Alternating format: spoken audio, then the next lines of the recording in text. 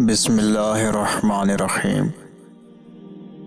تصویر اور آواز کی دنیا کے ساتھیوں، آپ کی خدمت میں ہمارا دعا سلام عرض ہو۔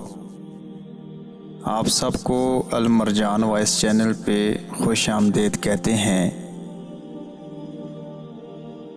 حضرت سہیل تستری رحمۃ اللہ علیہ فرماتے ہیں، صبر کرنا تنگی میں کشائش کا انتظار کرنا ہے، ایام وفا میں جفا کا ذکر کرنا جفا ہے۔ صبر کا مقام بہت بلند تر ہے۔ حضور صلی اللہ علیہ وآلہ وسلم کے سوا کوئی رہبر نہیں۔ اللہ کریم نے مومن کے دل سے زیادہ عزیز اور کوئی چیز نہیں بنائی، کیونکہ علم اور معرفت سے زیادہ عزیز کوئی نہیں، اور یہ دل میں ہوتی ہے۔ جو شخص اپنے نفس کا مالک ہوا، معزز ہوا اور دوسروں کا بھی مالک ہوا، جیسا کہ کہا گیا ہے کہ اپنے آپ کا بادشاہ ہر کسی کا بادشاہ۔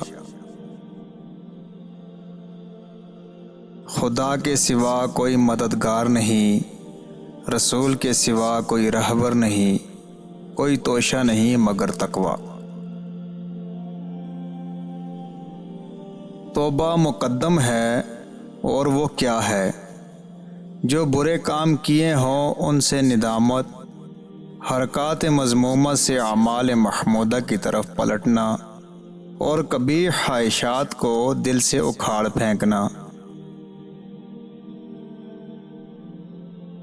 زہد 4 اشیاء میں ہے، کھانے میں کہ آخر اس کا نتیجہ پاخانہ ہے، لباس میں کہ اس کے لیے پھٹنا ہے، بھائیوں میں کہ آخر ان میں جدائی ہوگی، دنیا میں کہ آخر فنا ہونے والی ہے۔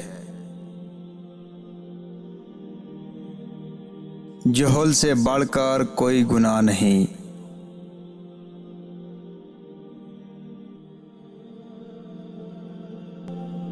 بزرگ ترین مقام یہ ہے کہ بری خو کو نیک خوئی سے بدل ڈالو۔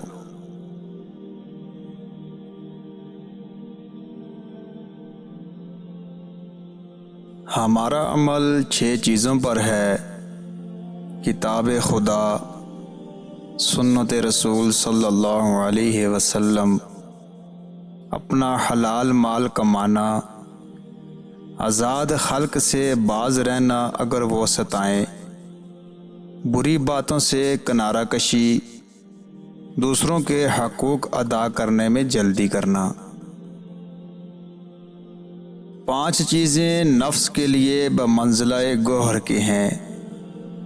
وہ شخص جو دن میں روزہ رکھے اور رات بھی نماز پڑھے اور اپنے آپ کو قوی ظاہر کرے۔ وہ مرد جو باوجود کسی کے ساتھ دشمنی کے اس سے دوستی کا اظہار کرے۔ وہ غمگین جو خوشی کا اظہار کرے۔ وہ بھوک جس میں سیری کا اظہار ہو۔ وہ درویشی جس میں تونگری پائی جائے۔ دعا اس کے حق میں قبول ہوتی ہے جو خود توبہ کرے۔